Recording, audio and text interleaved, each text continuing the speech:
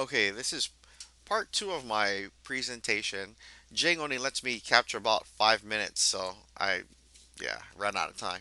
Anyway, technology I want to use in my in my classroom um, are music software programs such as Finale, Sibelius, and Band in a Box.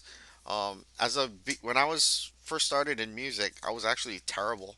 I was probably the worst musician in my whole grade.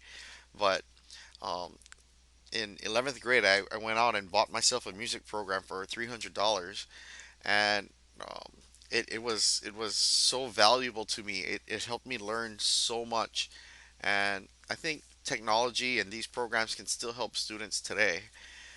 So yeah, I think I'd want all of my students to have access to something like this.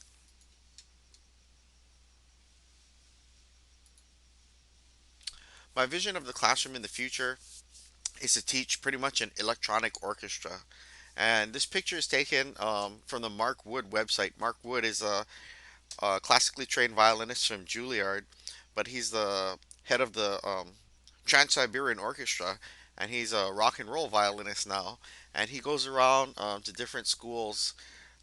He has this violin called a Viper, and it's pictured um, in this picture. It's the blue violin right here, and there's a number of electric cellos and there's probably some electric basses. But I think it would be the coolest thing to have to play both classical and contemporary music on a electronic stringed instrument like an orchestra setting.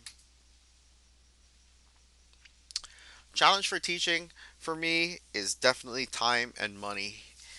Um, Technology costs a lot, and unfortunately, I'm poor and my budget's not the biggest budget in the world. So money is a huge factor in all this stuff, and it takes a lot of time to learn how to implement technology.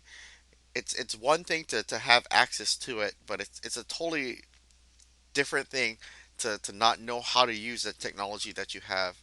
And it really disappoints me when people have lots of cool stuff and no clue on how to use it. Last but not least, my words of wisdom.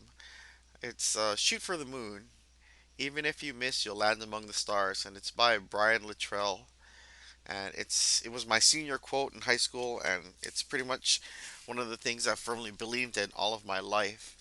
And so that's my quote. And pretty much that's the end of my presentation. Thanks everyone for listening.